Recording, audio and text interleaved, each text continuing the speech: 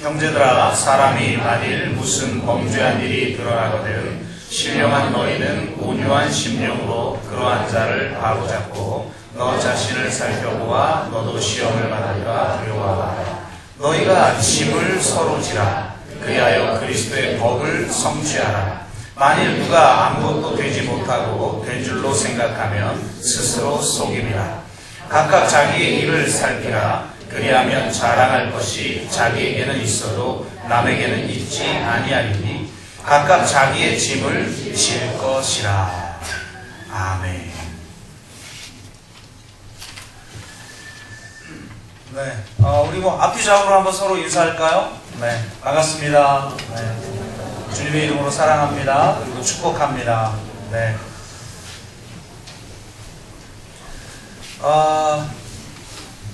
기독교의 중요한 덕목 중 하나가 균형이라고 할 수가 있습니다.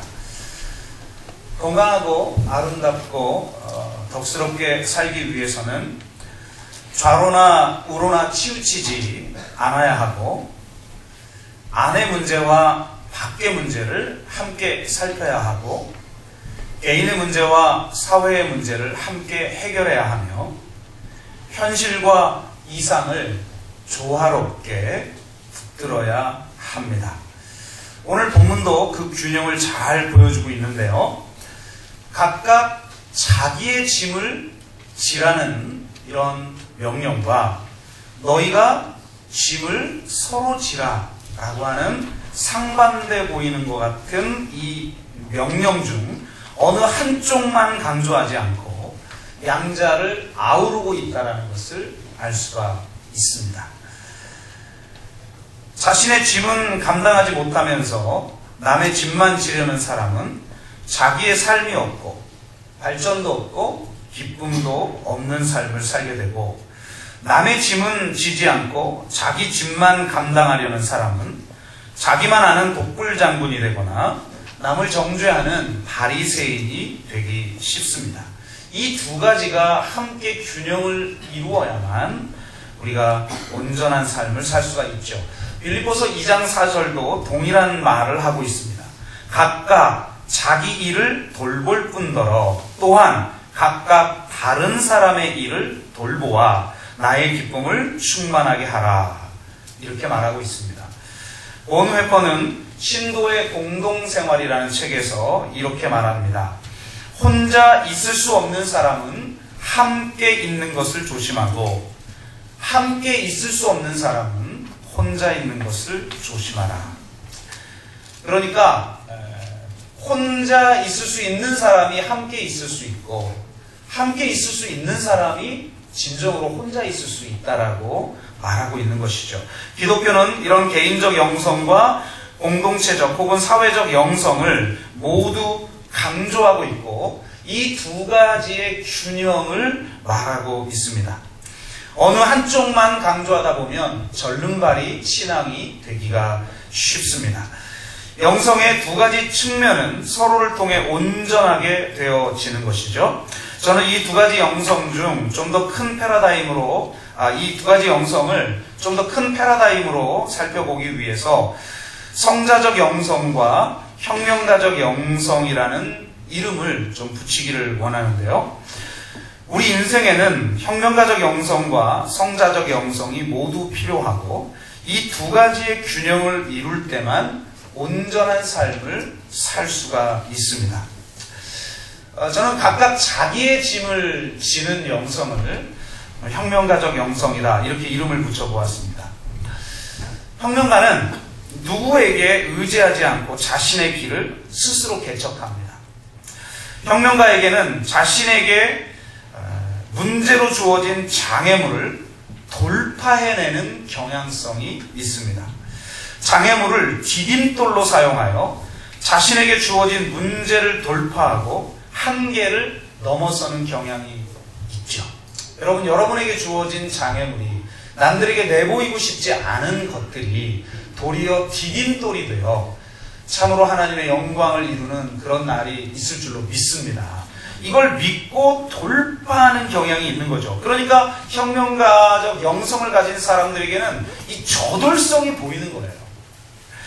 우리들에게 주어진 문제들은 우리의 본질적 한계가 아니라 대부분은 우리 스스로가 만들어 놓은 한계들이라는 것을 알 수가 있습니다. 사람들은 과거의 패배와 실수 그리고 상처가 만들어 놓은 울타리를 자신의 한계라고 믿고 그 안에 갇혀 사는 경우가 많이 있습니다.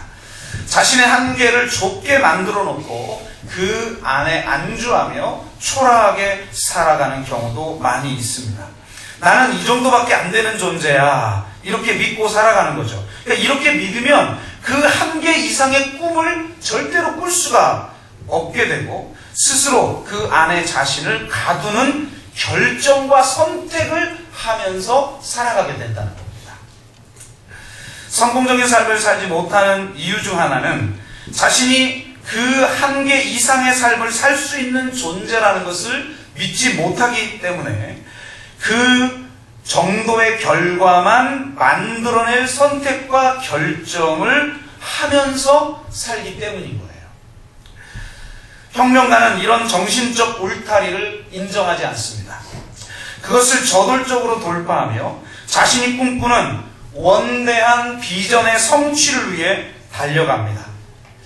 우리 스스로가 만들어 놓은 한계선은 돌파하면 깨지게 되어 있습니다. 돌파할 수 없다고 믿기 때문에 그 안에 살고 있는 것이죠. 1920년 뮌헨 올림픽 금메달리스트인 바실리 알렉세예브라고 하는 사람이 당시에 최고 기록을 가지고 있었던 사람이었습니다. 당시 최고 기록은 이 500파운드를 인간이 들 수 없다. 그러니까 이제 이 역도에서 500파운드 이상의 바벨을 들 수 없다고 생각을 한 거예요. 그러니까 이 과학자들이 인간의 한계라고 정해놓은 그 500파운드를 넘어가는 사람이 당대에 아무도 없었던 거죠. 당대 최고의 기록을 가졌던 이 알렉세예브라고 하는 사람도 한 번도 그 500파운드 이상을 들어본 적이 없습니다. 오랫동안 노력했지만 번번이 실패를 했는데 더 깊이 그 원인을 들어가 보면 사실은 인간이 들어올릴 수 있는 한계가 500파운드라고 하는 과학자들의 이론을 자신의 한계로 받아들이고 있었던 거죠. 알렉세예브는. 그래서 끊임없이 도전은 하지만 결국 실패가 예정된 도전만 했던 겁니다.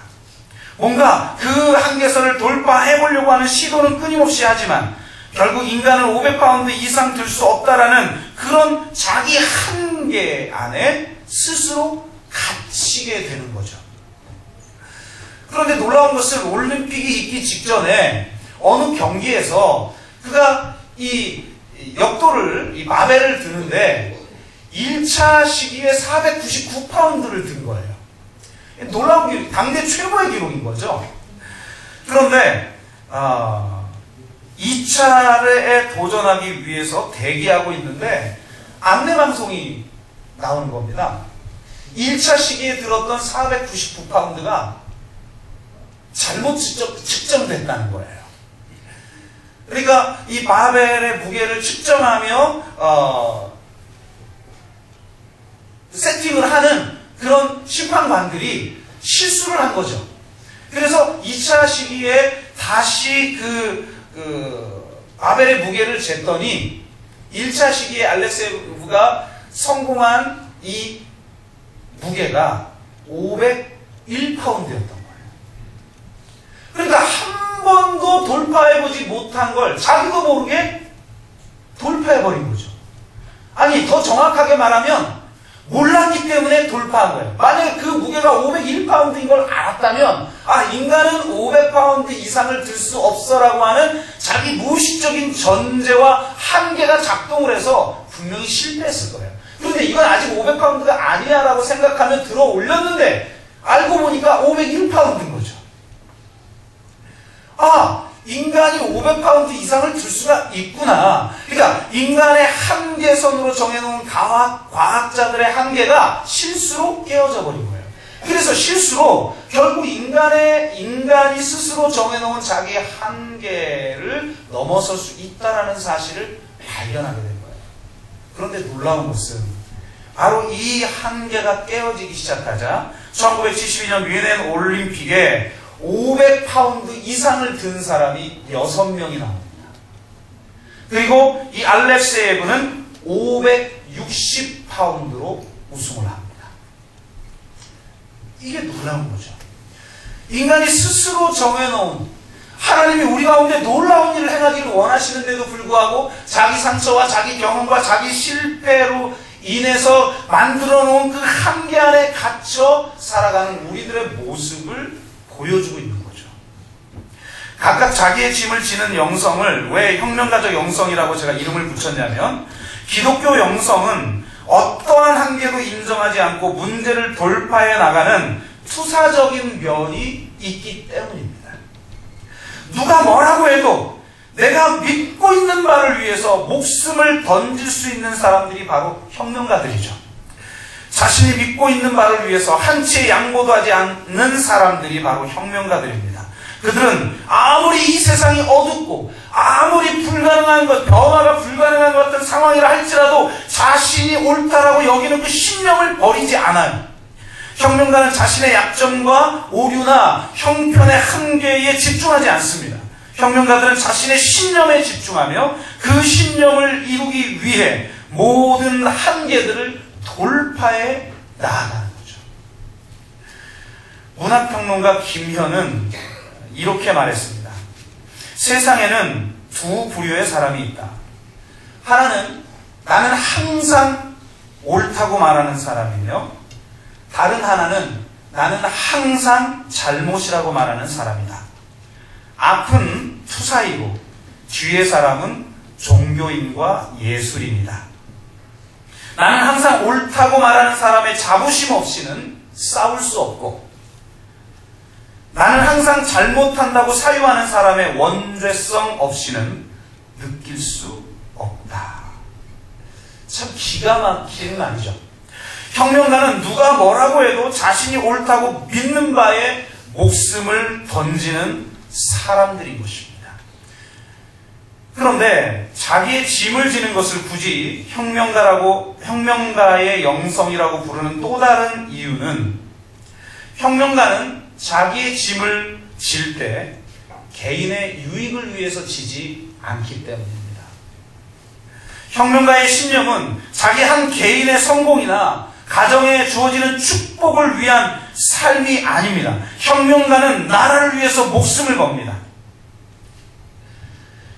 그리스도인에게 바로 이런 측면이 있는 거죠.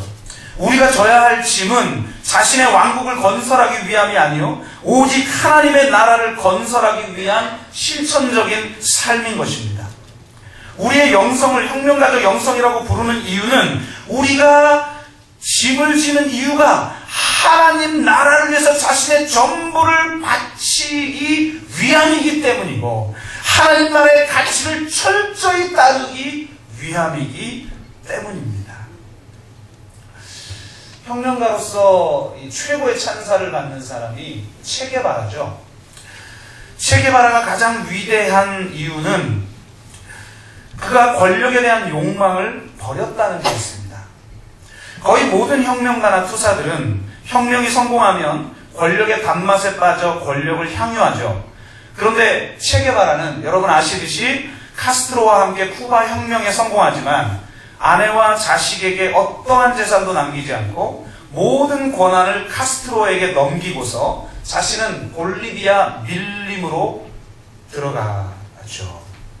그곳에서 40세의 생을 마감합니다. 그런 그가 혁명에 대해서 이렇게 이야기를 했습니다. 진정한 혁명은 인간 내부에 있다. 이웃에게 탐욕을 부리는 늑대 같은 인간은 혁명가가 될 수 없다. 진정한 혁명가는 사랑이라는 위대한 감정을 존중하고 그에 따라 살아 움직이는 사람을 구체적인 행동으로 보이는 사람이다. 이제는 새로운 인간의 시대다. 도덕적인 동기에서 일을 시작하고 끊임없는 실천으로 모범을 보여야 한다. 그리고 전 세계적인 차원에서 새로운 공동체가 만들어질 때까지 자신의 목숨마저도 바칠 수 있어야 한다. 그것이 새로운 인간이다. 아, 멋있는 말이죠? 말은 멋있는데 와 닿지가 않죠? 근데 가만히 보면 진정한 새로운 인간, 진정한 새로운 인류는요 2000년 전에 시작되었습니다. 이 세상의 시각으로는 도저히 포착할 수 없는 완전한 새로운 인간이신 예수 그리스도, 하나님의 아들이신 분이 육신을 입고 이 땅에 오신 예수 그리스도야말로 새로운 인간이요 새로운 인류인 것입니다. 그리스도인이란 바로 이 새로운 인간이시고 새로운 인류이신 예수 그리스도를 믿음으로 말미암아 그 예수 그리스도의 생명을 지닌 자들이고, 예수 그리스도의 생명을 지녔다라는 것은 예수 그리스도가 믿고 예수 그리스도가 살았던 바로 그러한 새로운 인간으로서 살아가는 사람들임을 말하는 것입니다. 그러므로 그리스도인들은 이 세상 나라에서 성공하거나 이 세상의 나라를 세우는 것이 아니라 하나님의 나라를 위해 자신의 가족과 생계 수단과 목숨마저 버린 사람들이었습니다. 그들은 온 세상에 하나님의 영광이 가득하기까지 쉬지 않고 일하시는 하나님의 역사에 동참하기 위해 온몸을 던진 사람들이었습니다. 어떤 장애물도 그들을 막을 수가 없었습니다. 어떤 핍박도, 어떤 환난도, 어떤 가난도, 어떤 어려움도 그들을 막을 수가 없었습니다. 심지어는 원수까지 사랑하는 사랑으로 자신의 미움을 극복한 사람들이 바로 그리스도인이었습니다. 그래서 그리스도인의 별명을 뭐라고 말했냐면 세상이 감당하지 못하는 사람이라고 말했습니다. 예수 그리스도를 진정으로 믿으면 세상이 감당할 수 없는 사람입니다. 이것은 객관적으로 세상에서 성공하느냐 아니냐의 문제가 아니에요. 히브리서의 믿음의 사람들을 보십시오. 나라를 구하기도 하고 죽은 자를 살리기도 하고 수많은 기적과 놀라운 하나님의 역사를 경험하기도 했지만 또 동시에 핍박을 받기도 하고 죽임을 당하기도 하고 심지어는 이 토백형을 당하여 고난을 당하기도 했다라는 수많은 기록도 동시에 존재하고 있죠. 그러나 내가 객관적으로 볼 때 성공한 것처럼 보이느냐 보이지 않느냐가 중요한 것이 아니라 어떤 형태로 내가 살아가든지 간에 세상이 나를 감당할 수 없는 사람으로 보느냐 그렇지 않느냐가 중요하다는 거예요. 예수 그리스도를 믿으면 예수 그리스도의 생명이 우리 안에 들어오기 때문에 세상이 감당하지 못하는 삶을 살아갈 수밖에 없는 것이죠. 그래서 우리에게 필요한 것이 바로 이 혁명가적 영성인 것입니다. 예수 그리스도께서 우리에게 성령을 주신 것은 그 성령의 능력으로 이 세상이 우리를 규정하고 있는 그 한계들, 이 세상이 우리에게 심어놓기 원하는 그 정체성들에 갇혀 사는 것이 아니라 그렇게 만들고 있는 이 세상의 정사와 권세를 뒤집어 엎고 전복시킬 수 있는 하나님 나라의 능력을 우리에게 부여하기 위해서 성령의 능력을 주신 거예요. 나 혼자 신비 체험하고 나 혼자 남들이 알 수 없는 어떤 것을 경험하게 하기 위한 것이 아니라 예수 그리스도를 살아내는 능력을 우리한테 주시기 위해서 성령을 부어 주신 것입니다. 자기의 왕국을 건설하거나 이 세상에서 높임받기 위한 것이 아니라 예수 그리스도를 죽인 죄의 권세들, 정사와 이 권세들을 능히 뒤집어 엎으신 십자가의 능력을 가지고 이 세상에 하나님 나라를 이루어 어떤 장애물도 돌파해내며 궁극적인 하나님의 나라를 이 땅에 이루기 위해서 살아가는 사람들이 바로 하나님 나라의 혁명가인 그리스도인인 줄로 믿습니다. 그러므로 우리는 끊임없이 물어야 합니다. 나는 과연 이렇게 철저하고 치열하게 살아가고 있는가? 나는 과연 하나님 나라를 위해 스스로 만들어 놓은 한계를 돌파하며 원대한 비전을 이루는 삶을 살아가고 있는가? 하나님 나라의 가치를 추구하며 자신의 신념에 목숨을 걸고 있는가? 전 세계의 복음화와 하나님 나라를 이 땅에 이루기 위해 내가 져야 할 짐을 온전히 지고 있는가? 내가 스스로 만들어 놓고 세상이 부여하고 있는 한계를 돌파하며 하나님 나라의 희망을 붙들고 이 세상에 하나님 나라를 이루기 위해 살아가는 진정한 혁명가로 살아가고 있는가 물어야 합니다. 예수 그리스도의 군사는 이런 혁명가적 영성을 가져야만 하는 것입니다. 예수를 믿는 순간 스케일이 달라지는 거죠. 자기의 삶을 바라보는 시각이, 이 세상을 바라보는 시각이 바뀌는 겁니다.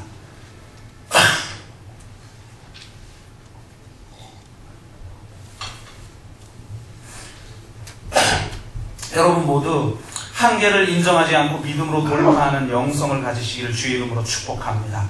내게 능력 주시는 자 안에서 내가 모든 것을 할 수 있다고 고백하며 장애물을 돌파해내는 분들이 되시기를 주의 이름으로 축복합니다.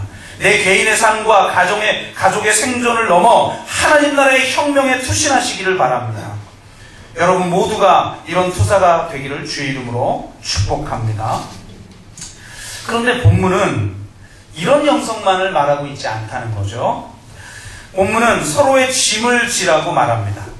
각자 자기의 짐을 다 지고 나면 서로가 지어줄 짐이 없죠. 내가 져야 될 짐을 내가 스스로 지는데 어떻게 서로의 짐을 짓습니까? 그러니까 이게 완전히 상반되는 것 같은데 성경은 이 두 가지를 동시에 말하고 있어요. 서로의 짐을 져야 한다라고 하는 것은 서로 짐을 져주지 않으면 안 되는 연약한 존재라는 것을 인정하라는 거예요. 서로. 또 서로의 짐을 져주어야만 하는 몫을 지닌 한계를 가진 존재라는 것을 깨달아야 된다는 거예요. 우리에게 돌파해야 할 한계만 있는 것이 아니라 인정해야 할 한계도 있다는 것을 깨달아야 됩니다.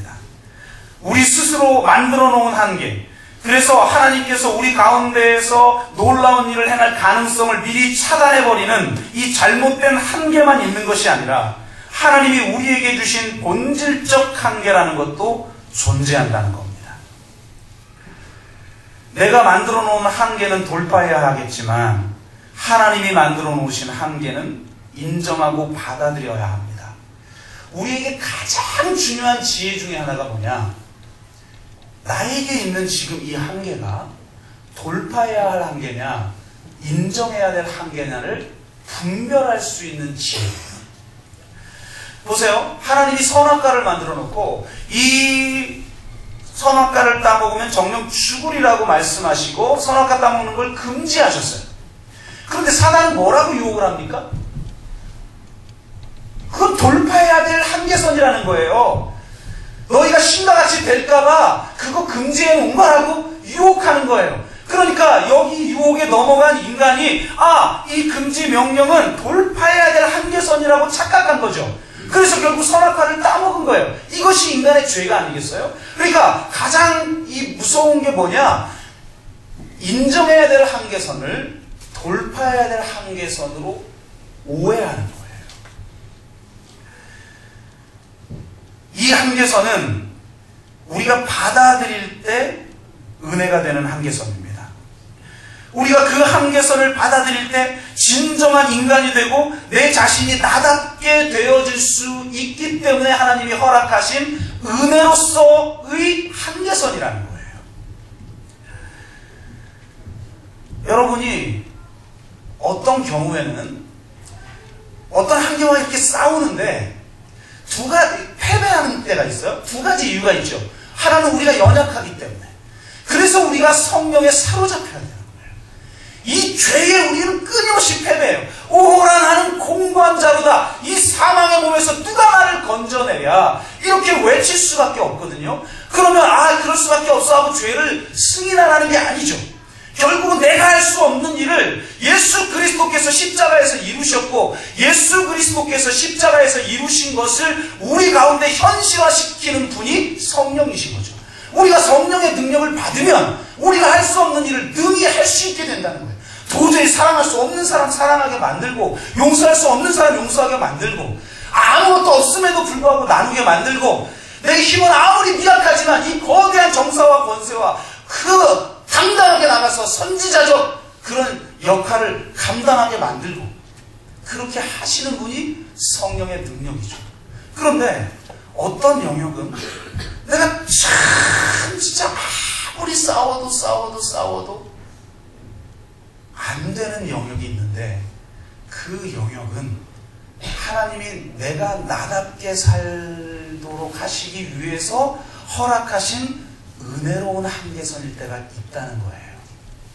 그런데 우리는 그것을 돌파해야 되는 한계선으로 오해하고 끊임없이 나를 개조하려고 하는 거죠. 그런데 안 돼요, 그게. 우리가 능력이 없어서 죄와 싸우기를 피 흘리기까지 싸우지 않는 것을 포기해버리는 그런 삶은 우리가 변화되어야 하지만 도저히 나를 개조하려고 해도 개조되지 않는 어떤 면이라는 게 우리 안에 있다라는 겁니다. 그래서 저는 가끔 가다가 제 자신을 이렇게 돌아볼 때 하나님이 실수하신 거 아닌가? 그 많은 사명 중에 하필이면 나를 왜 목회자로 부르셨을까? 이렇게 생각할 때가 가끔 있어요. 실제로 목회를 처음 이제 본격적으로 시작할 때 하나님 왜 하필이면 이렇게 저를 또 만드셨습니까? 좀 목사답게 좀 만드시지. 그래서 보기만 해도 저분은 목사구나. 근데 저를 봐가지고 목사인지를 잘 사람들이 알아맞추질 못하더라고요. 그래서 하나님 참 저를 개조하고 싶습니다 하고 저를 아주 많이 괴롭혔어요. 이 세상의 교육도 그렇잖아요. 모범형 하나 딱 만들어 놓고 그거 찍어내려고 그러는데 아니 그거하고 안 맞는 아이들이 있잖아요. 그거를 찍어내려고 하니 애들이 있고 학교를 다닐 수가 있어야죠. 이게 문제가 심각해요. 그러니까 여러분 빨리 우리 부흥해가지고 대안학교 좀 만듭시다. 할렐루야. 전도 좀 해. 묻지만 말고 전도 좀 하세요. 그러니까 이게 너무너무 답답한 거죠. 이게 너무너무 답답한 거죠. 저도 언제 한번 그 김희중 목사님하고 같이 이렇게 셀 모임을 했어요. 한 목회자들 한 8명 정도 모여서 운영위원들이죠. 이제 의원들이 모여서 같이 이제 목회자들로 이루어진 이제 지도 목사, 각국 지도 목사들로 이루어진 그 모임에서 이제 셀 모임을 하는데 한 목사님이 이런 고백을 하는 거예요. 자기는 목사를 하는 게 너무 힘들다는 거예요. 자기는 이 세상 쾌락이 너무 좋대요. 그리고 자기는 너무 자유분방한데 이 목회는 자기하고 안 맞는다는 거예요. 그래서 자신은 나중에 예수님 앞에 섰을 때 예수님이 너 정말 목회 너무 잘했다 이걸로 칭찬하는 게 아니라 너 끝까지 포기하지 않고 목회했구나 이걸로 칭찬하실 것 같다는 거예요. 저는 한 번도 그런 생각을 해본 적이 없거든요. 어떻게든 더 주님 사도행전적인 목회를 하게 해주십시오. 사도들 같이 목회를 하게 해주십시오. 그런데 늘 내 자신이 부족하니 나 자신을 쳐서 복종시키고 저는 이런 스타일이잖아요.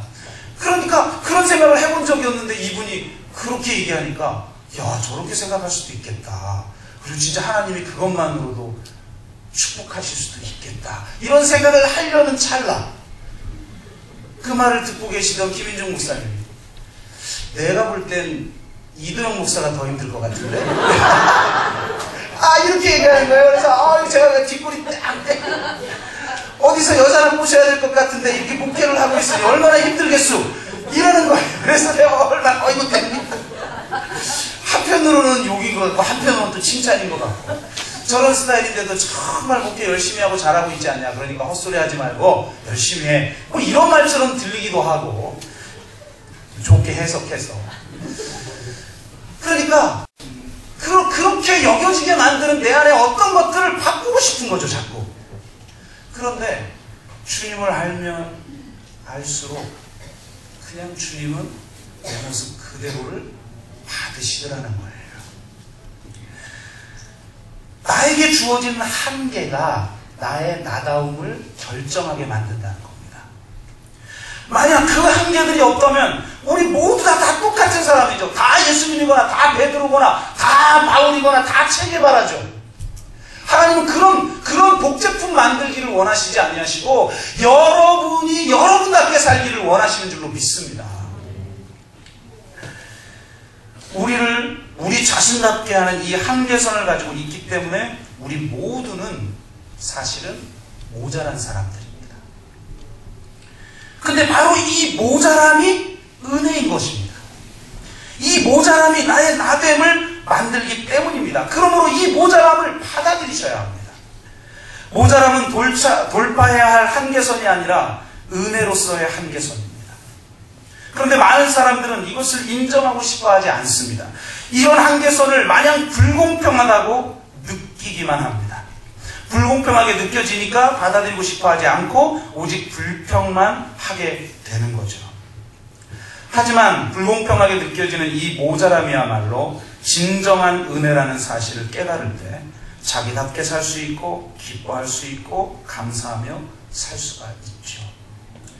어느 목회자 모임에 한 작은 교회를 섬기는 목사님이 큰 교회 목사님을 부러워하면서 이런 말을 했어요. 저는 그분의 말을 떠나서 그 심정이 이해되어졌어요. 사실 목회 요즘 쉽지 않습니다. 요즘 전도하면 전도 됩니까? 안 해봐서 잘 몰라요? 참 어렵습니다. 한국 기독교가 이 사회적 신뢰도가 땅에 완전히 떨어져 버려가지고 옛날에 제가 전도를 해보면요 그나마 받기라도 해요. 받고 빨리 가서 휴지통에다 버려요. 지금은 받지도 않고 경멸적으로 바라봐요. 그러니까 이게 참 무섭구나. 그러다 보니까 옛날에는 천막맞춰놔도 대충 교회가 됐는데 지금은요 100개 중에 2-3개만 살아남아요. 100개 중에 2-3개만. 그러니까 얼마나 힘들어요. 제가 그 형제교회 목사님 중에 한 분이신 이규현 목사님에게 들은 이야기인데 이 화성에 목회를 하는 어느 목사님이 이 목사님을 찾아온 거예요. 눈이 툭툭 부어가지고. 왜 찾아왔나 그랬더니 자기가 너무 처량해서 마음 좀 나누고 싶어서 왔다는 거예요.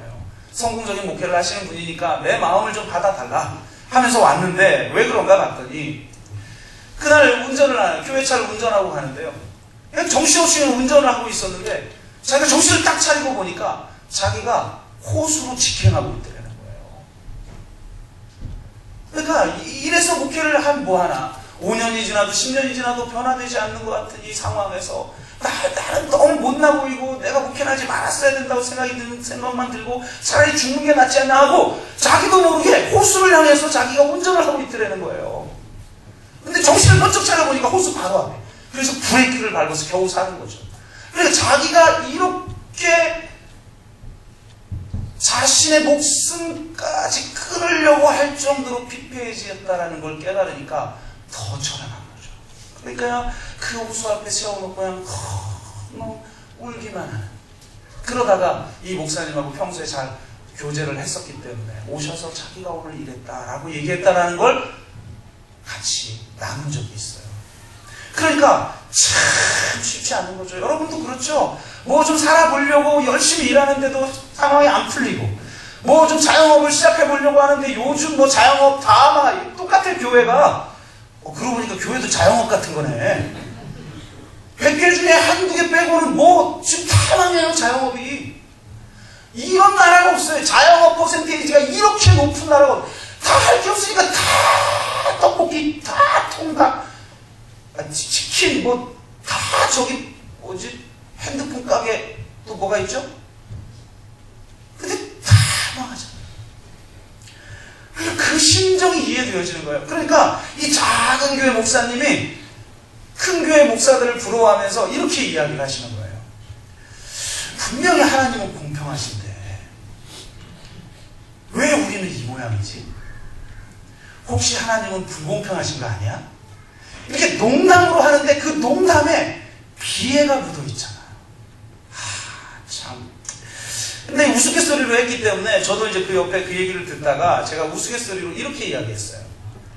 목사님, 하나님은 원래 불공평해요. 모르셨어요?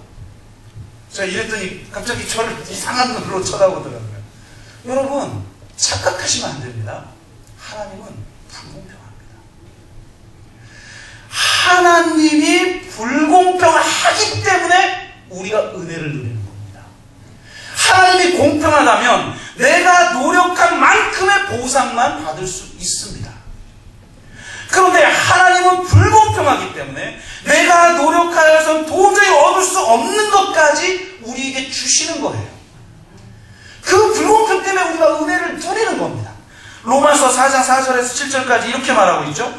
일하는 자에게는 그 싹이 은혜로 여겨지지 아니하고 보수로 여겨지거니와 일을 아니할지라도 경건하지 아니한 자를 의롭다 하시는 이를 믿는 자에게는 그의 믿음을 의로 여기시나니 일한 것이 없이 하나님께 의로 여기심을 받는 사람의 복에 대하여 다윗이 말한 바 불법이 사함을 받고 죄가 가려짐을 받는 사람들은 복이 있고 주께서 그 죄를 인정하지 아니하실 사람은 복이 있도다 함과 같으니라.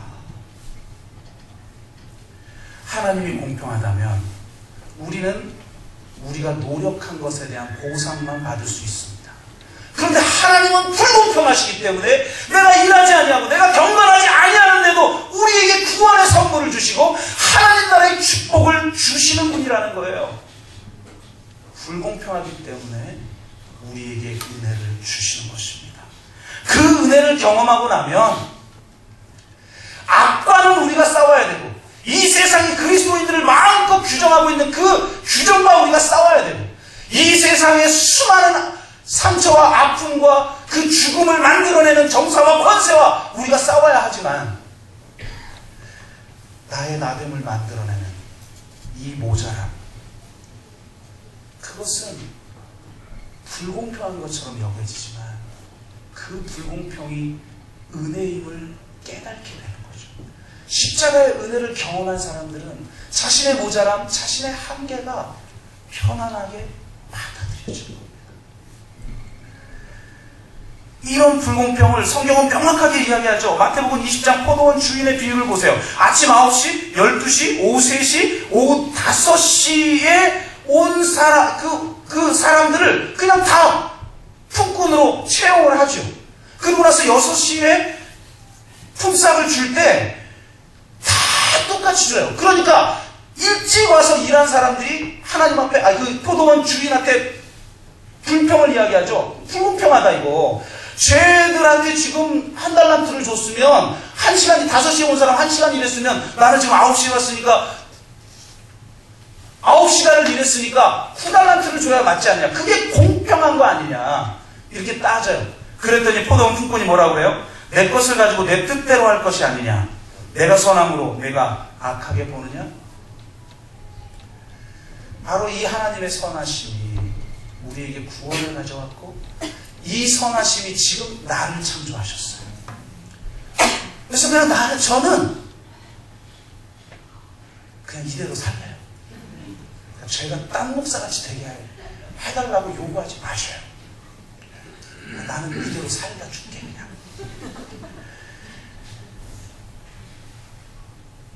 모자람이 은혜임을 아는 사람만이 서로의 모자람을 인정해 줄 줄 압니다. 그저 있는 그대로 받아들여 줍니다. 미국에 그 에즈잇 코너라고 하는 상품 코너가 있어요. 백화점에 보면 이 에즈잇 코너, 이 에즈잇이라는 것은 영어로 보이는 그대로라고 하는 뜻이에요. 그러니까 보이는 그대로 그냥 사가라는 그런 상품들만 모인 곳인데 가장 도저히 상상할 수도 없는 가격으로 살 수 있는 거죠. 물건을 이 코너에서는. 근데 이 물건들은 전부 하자가 있는 물건들이에요. 그래서 여기에 경고문이 적혀있는데 이렇게 적혀있다고 그래요. 이 물건들은 하자가 있는 상품들입니다. 어떤 하자가 있는지는 일일이 말씀드릴 수 없습니다. 어떤 하자가 있더라도 항의하지 마십시오. 물건을 구입할 때 유의사항은 다음과 같습니다. 반품 불가, 환불 불가, 교환 불가. 완벽한 상품을 원하신다면 이 코너를 이용하지 마십시오. 이 코너에서 물건을 구입하실 때는 꼭 기억하셔야 됩니다. as is, 보이는 그 상태로 구입하셔야 합니다. 저는요, 이 세상이 전부 as is 코너라고 생각해요. 특히 교회는 as is 코너예요. 한번 양옆에 보세요. 서로 얼굴을 한번 보세요. 서로 하자가 보이죠? 손 잡으세요. 하자가 보입니다. 참 하자 많은 사람이군요. 그러나 제가 as he 보이는 대로 사랑하겠습니다. 아멘. 우리 그러잖아요. 여러분 결혼생활 왜 해요? 보이는 대로 사랑하니까. 반품 불가, 환불 불가, 교환 불가해서 살아가잖아요. 아니, 저는 진짜 하나님의 은혜 때문에 살아요. 은혜만 아니면 벌써 교환했을 텐데. 근데 그게 사랑이죠. 그게 사랑이죠. 상대의 모자람이, 상대의 한계가 그의 다움으로 받아들여진 거예요. 왜요? 내가 as it 하나님에게 그렇게 받아들여졌기 때문에 불공평한 것처럼 보여지는 그것이 은혜임을 내가 깨달았기 때문에 그냥 나 자신을 인정하고 살아가는 것이죠.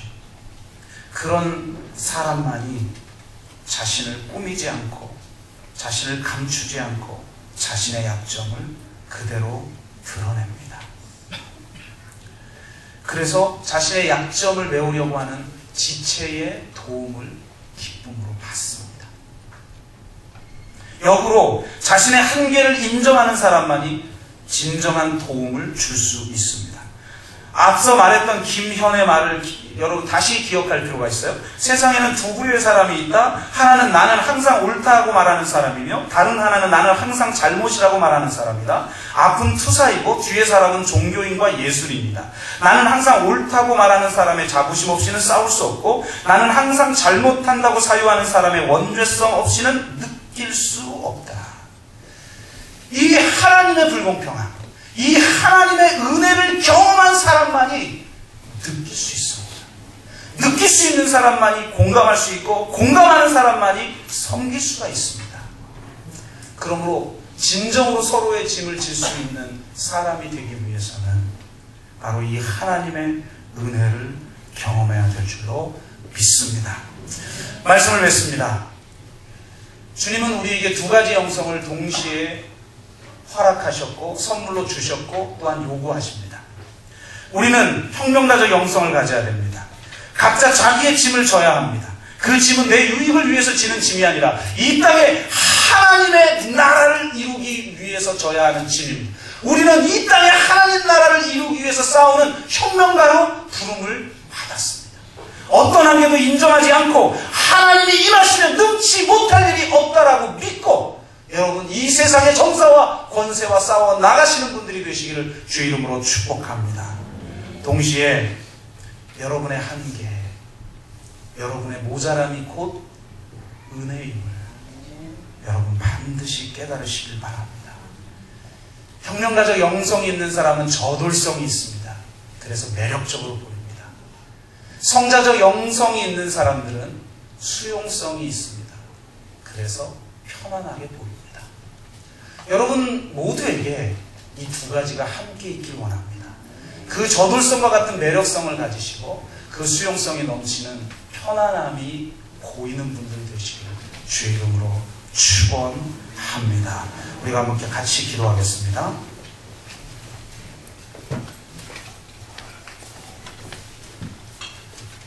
여러분 스스로 만들어 놓은 한계에 갇혀 나는 실패자야, 나는 못난 자야, 나는 아무것도 할 수 없어, 그렇게 되뇌이고 있습니까? 그래서 실패할 선택만을 스스로 하고 있습니까? 오늘 성령의 능력을 구하십시오. 인간이 스스로 만들어 놓은 한계, 이 세상이 우리를 그 한계 안에 가두려고 할 때 내게 능력 주시는 자에서 내가 모든 걸 할 수 있다고 믿으며 그 한계를 돌파하고 이 땅에 하나님의 나라를 이루기를 원합니다. 주님, 내가 생존의 문제에 주저앉아 있지 않게 하여 주옵소서. 내 삶의 현장에서 또 공동체적 섬김을 통해서 이 땅에 하나님 나라를 이루는 자 되게 하여 주시옵소서. 그러나 한편으로 나의 한계, 나의 나다움을 만들어내는 모자람, 그것이 곧 은혜임을 깨달아 알게 하시고, 하나님의 불공평성이 은혜이고 나를 구원한 사랑임을, 정의를 좋아하는 사람들에겐 불공평하게 느껴질 정도로 용서하고 사랑하고 서로의 짐을 져줄 수 있는 사람이 되게 하여 주시옵소서. 그렇게 우리가 한번 같이 한 목소리로 기도하겠습니다. 하나님 감사합니다. 주저앉아 있지 않게 하여 주옵소서. 내가 살아왔던 삶의 그 관성에 사로잡혀 자기가 만들어 놓은 한계에 주저앉아 있지 않게 하여 주옵소서. 내 자리를 들고 일어나라 말씀하신 예수님의 명령 앞에 순종하며 이 세상의 정사와 권세와 싸워 이기는 혁명가적 영성을 갖게 하여 주옵소서. 내가 진정으로 감당해야 할 몫을 스스로 치는 자 되게 하여 주시옵소서. 아버지 하나님, 그런 성령의 능력을 우리에게 부어주신 줄로 믿사오니 이 세상 한가운데로 나아가 하나님 나라를 이 땅에 이루고 이 세상의 질서와 이 세상의 가치를 뒤집어 엎는 하나님 나라의 질서를 이 땅에 심는 진정한 하나님의 혁명가가 될 수 있도록 축복하여 주시옵시고, 어떤 절망스러운 상황에서도 절망하지 않고 돌파해낼 수 있는 믿음의 사람이 되게 하여 주옵소서. 믿음이 세상을 이기는 능력인 줄로 믿습니다. 아버지 하나님, 그러나 또한 동시에 나의 연약함, 나의 그 모자람이 나의 나됨을 만들어내는 것인 줄 알아. 오직 그리스도 안에서 나 자신을 인정하고 주님, 내 이웃을 인정하고 우리의 지체들을 인정할 줄 알아 서로의 짐을 져주는 사람이 되게 하여 주시옵소서. 보이는 그대로 아버지 인정하고 수용하고 사랑하는 아름다운 공동체가 될 수 있도록 인도하여 주시옵시고, 원수까지도 사랑하는 사랑이 이 공동체를 사로잡게 하여 주시옵소서. 주님께서 우리와 함께 하신 줄로 믿습니다. 불공평한 하나님 감사합니다. 그 사랑 때문에 내가 구원을 받을 수 있었습니다. 그러므로 나의 불공평이, 나의 한계가, 나의 모자람이 이제 감사로 받아들여집니다. 그 감사의 마음을 붙들고 살아가게 하시고 이 세상의 불의 앞에 굴복하지 않고 어떤 정사와 권세도 예수 그리스도께서 십자가에서 이미 승리하셨음을 믿고 이 세상 한가운데서 하나님의 나라를 이루기 위해 싸워나가는 투사들이 되게 하여 주옵소서. 감사드리며 예수 그리스도의 이름으로 기도드리옵나이다. 아멘.